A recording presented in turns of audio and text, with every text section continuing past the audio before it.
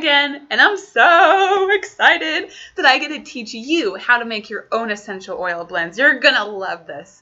Okay, so to get started, I have to first cover that you can't just throw a whole bunch of different essential oils into a bottle and hope that they come out to have some kind of synergistic benefit for you.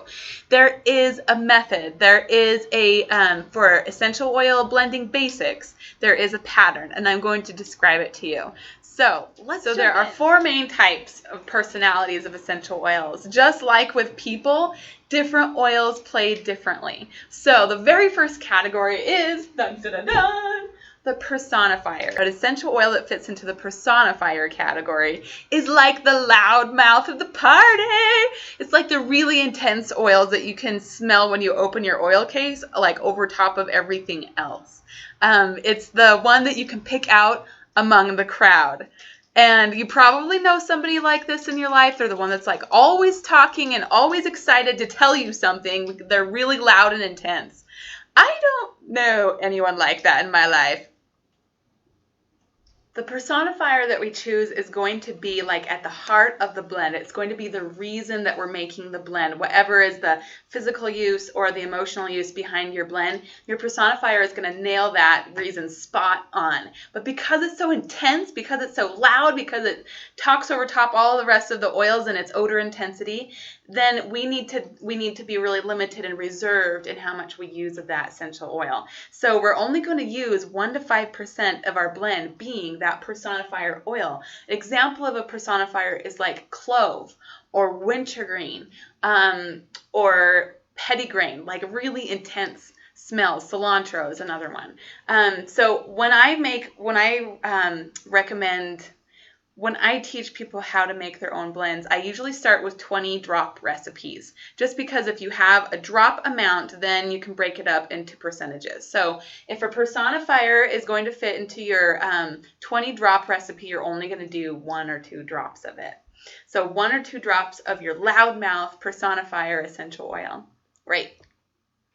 All right, so the second essential oil personality type that we need to learn about is the enhancers. Now, the enhancers is a screen sheet, and it's not the smiley face that's in front. It's a smiley face that's behind, and that's because the enhancer group is kind of like the supportive people in your life that don't like to be in the spotlight, but they, like to be on the side. And let's be really honest. They're the ones that usually get stuff done in life. Like, they're the ones behind the scenes making it happen. And having the dream of being a loudmouth is awesome, but if nobody follows us loudmouths, then our dreams don't go anywhere. And that's kind of like the enhancer group. So enhancer essential oils, you can definitely smell that they're in there, but they're not like the over-the-top first smell that jumps out at you. So because the enhancer group is not so intense in its odor usually, we're going to use it for the bulk of our blend. It's going to be more like 50 to 80% of the blend. We're going to have like 10 to 16 drops of our 20 drop recipe be this enhancer group. And you can choose 1. I would recommend starting with choosing 1, and then as you get better at blending, maybe adding 1 or 2 enhancers to your blend. So that's the enhancer category. The third personality group of essential oils that I'm going to teach you about is the equalizer group. Now, I don't know if you can see this picture. It's kind of mellow, but I did that on purpose. So it's like a smiley face. It's just got its eyes closed, and it's just like zen, because you may have used some kind of opposing essential oils for your personifier and enhancer, and now it's time for the essential oil in your blend that's going to just kind of mellow everything out and just kind of be the peacemaker and the harmonizer of your blend. So the equalizer are usually really grounded, really earthy smelling oils like cypress, arborvitae, cedarwood are all great equalizer oils. And this is going to be another small percentage of our blend. It's going to be like 5 to 8%. We're going to use 3 to 4 drops in a 20 drop recipe of the enhancer category. And finally, last but not least, is the modifier category. So the modifier category of essential oils is, these are all oils that are really deep and really profound in the way that they affect us. And so we're only, again, with this category, we're going to use a very small percentage, maybe another 1 to 3 essential oils out of your 20 drop recipe. And these essential oils are, I have a winky face for it because they're the essential oils that they're kind of like your grandma. You know, you've got your loud family reunion going on. We need to, like, everyone needs to shut up so we can say the blessing on your food. Like, that's the grandma. She knows how to work a crowd. She knows how to tie everything together, and she's going to just, she's got that extra bit of wisdom to just make her the perfect essential oil to finish off and complete your blend. And if you've been making your own blends at home and you've been missing this modifier category, oh man, that's where all the magic happens. Is this last little touch of class, the last little sparkle, the last little drop or two that you use of those really powerful oils that just pull the whole blend together. And so those are the 4 personalities of essential oils. Now, get your roller bottles ready because it's time to make a blend together. All right, got your roller bottles ready?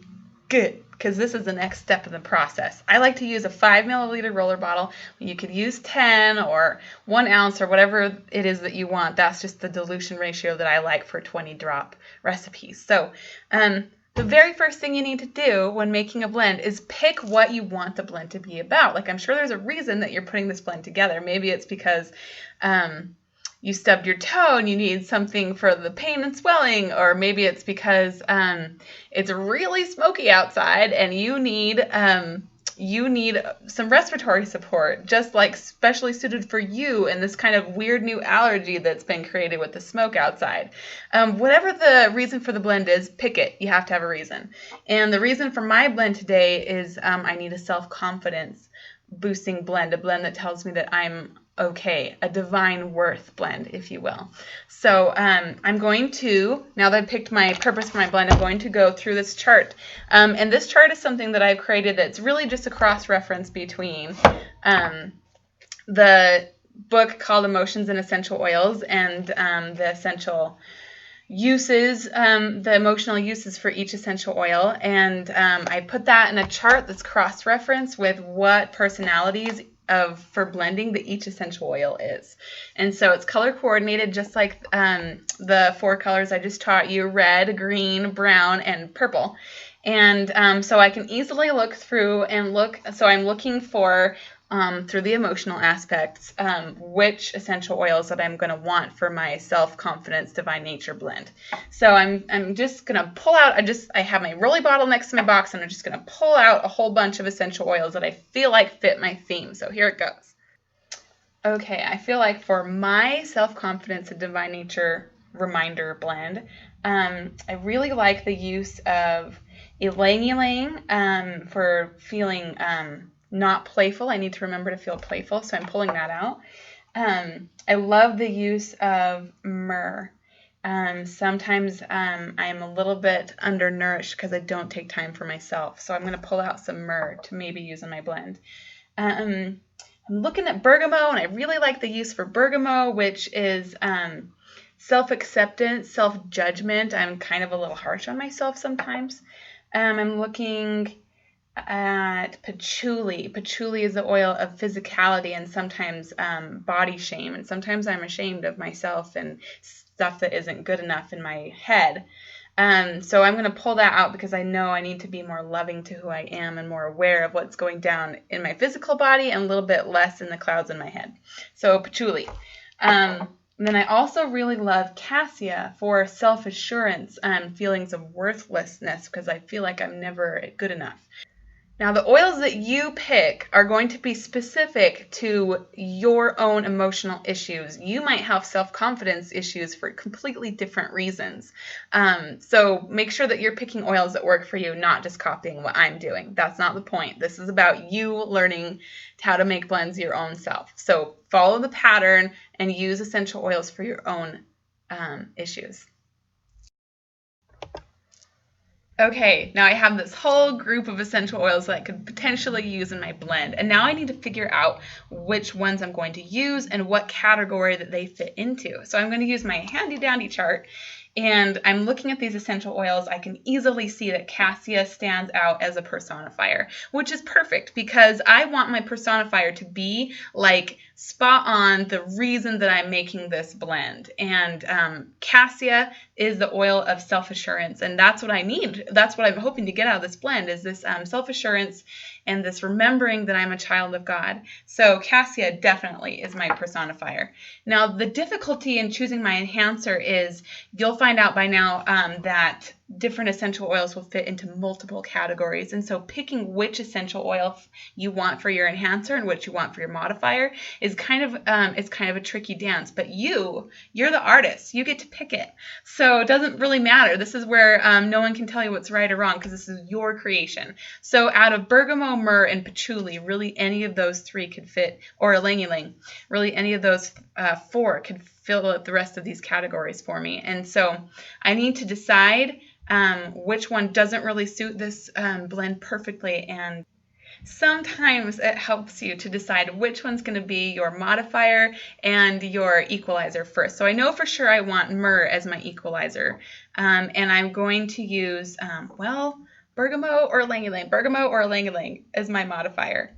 And the one that I pick is going to be not only for smell, which one I think will smell the best with this blend, but also which one I feel like is going to impact me the most, like for the purpose of this emotional blend. So I'm going to go with bergamot because I feel like it fits me really well and what I'm trying to create. So I'm going to use bergamot as my modifier, and that leaves patchouli as my enhancer. So now that I have my lineup, I've got cassia as a personifier, patchouli as an enhancer, myrrh as an equalizer, and bergamot as a modifier.